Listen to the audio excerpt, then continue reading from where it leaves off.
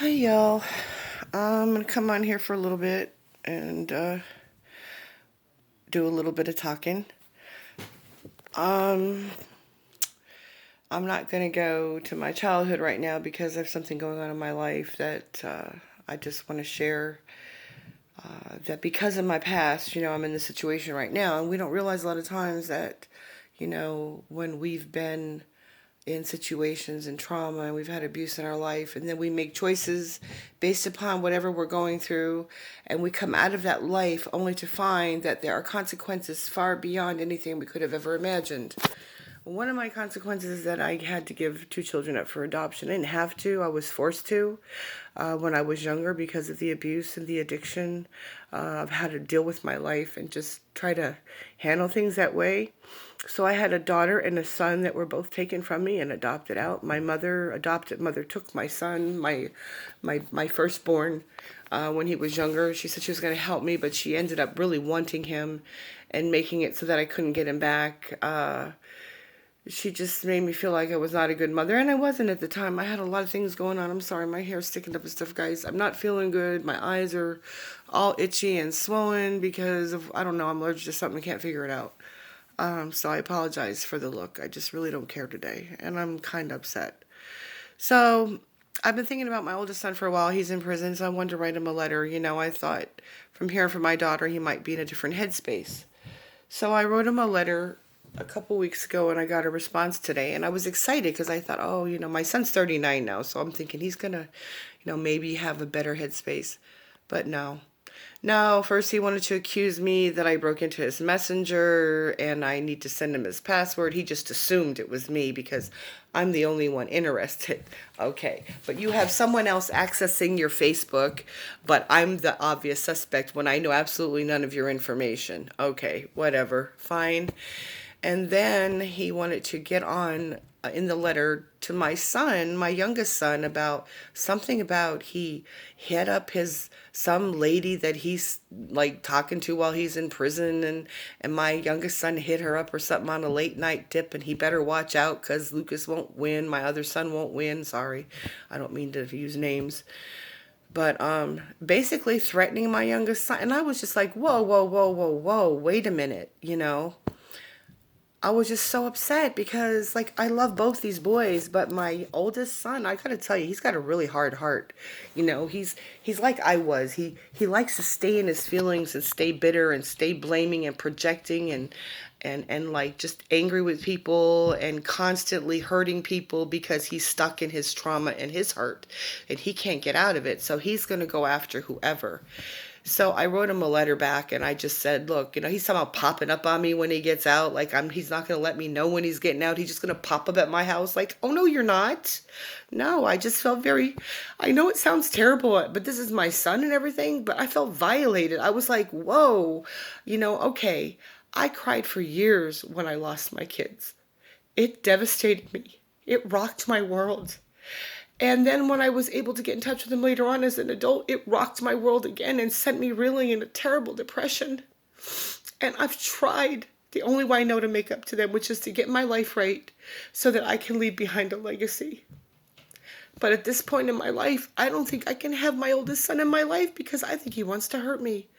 Maybe not physically, but I don't think he has any good intentions for me because he can't write me a letter with real love in it. It's so fake, it's impossible. Like I read it and I think, he's just saying what he thinks that I want to hear.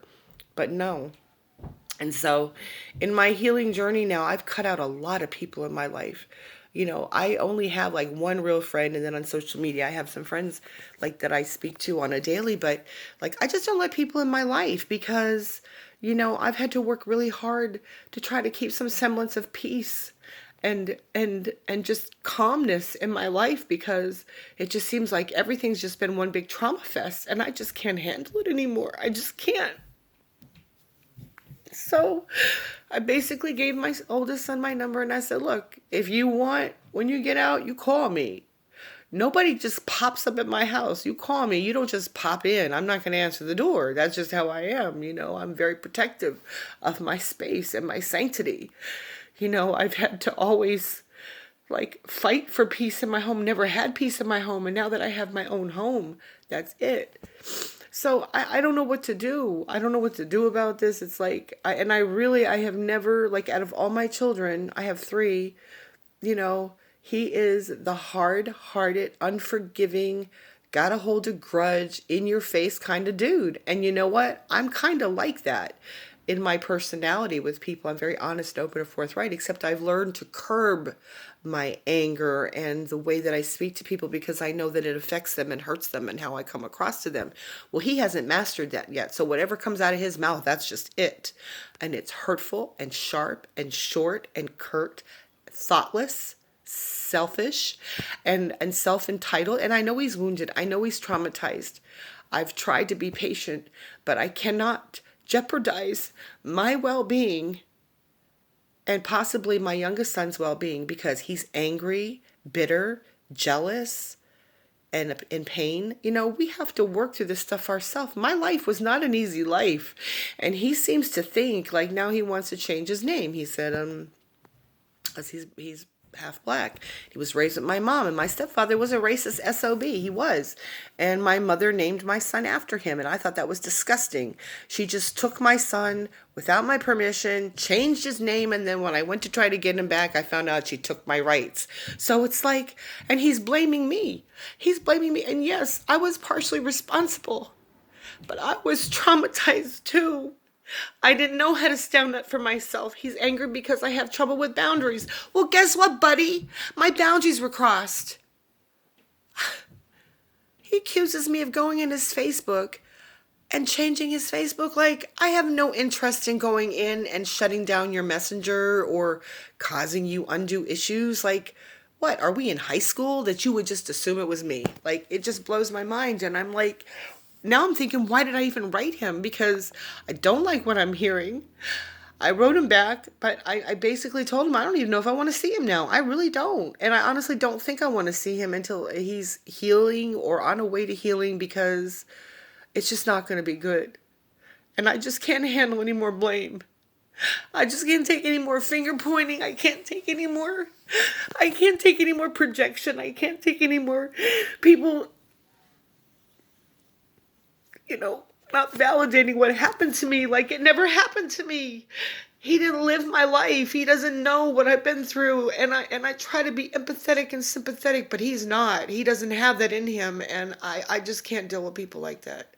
I think, people when they're young, they are self-centered, entitled, and they're all in their feelings. And I get it because I used to be, but I don't have to live there anymore. I can do bad all by myself. And I refuse to invite people in my life who are going to cause me pain anymore. And that's my choice. And I shouldn't have to feel guilty for that. I'll respect you. You respect me. Anyway, I just had to come on and vent because, being a survivor of stuff like it just really makes it hard to deal with life sometimes. These are my kids. I love my kids. But at the same token, I have to guard my heart. You know what I mean? I can't just let people come in and like tear it up and wreck it again just because you love them. Because when you let people, they will. You teach people how to treat you. And I basically did get a little upset in the letter and told him what I thought. Now, he can do what he wants to with it. I'm over it already. I mean, it hurts, yes, but I got to stand up for me. And you got to stand up for you. I don't know if this helped anybody, but thanks for listening to me. Have a great evening. God bless you, and I love y'all. Mwah.